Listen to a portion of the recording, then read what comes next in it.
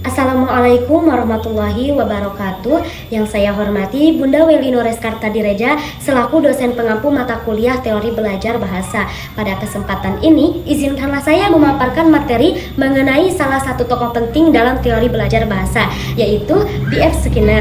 Skinner lahir pada tahun 1904 di Pennsylvania, Amerika Serikat.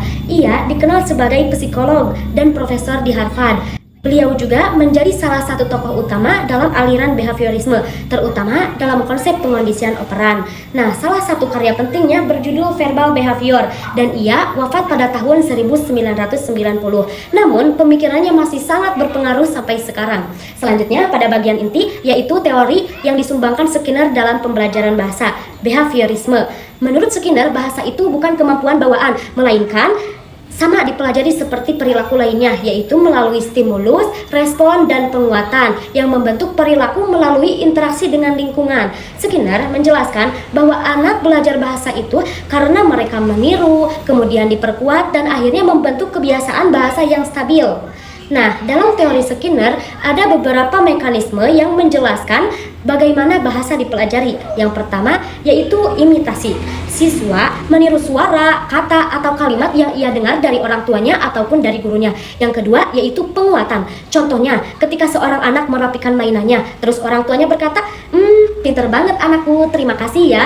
Nah, dengan penguatan positif seperti itu, maka anak pun jadi mau melakukannya lagi. Yang ketiga yaitu shaping atau pembentukan perilaku secara bertahap. Contohnya, seorang siswa baru yang baru belajar bahasa Inggris diberi pujian setiap kali ia bisa mengucapkan satu frasa dengan benar.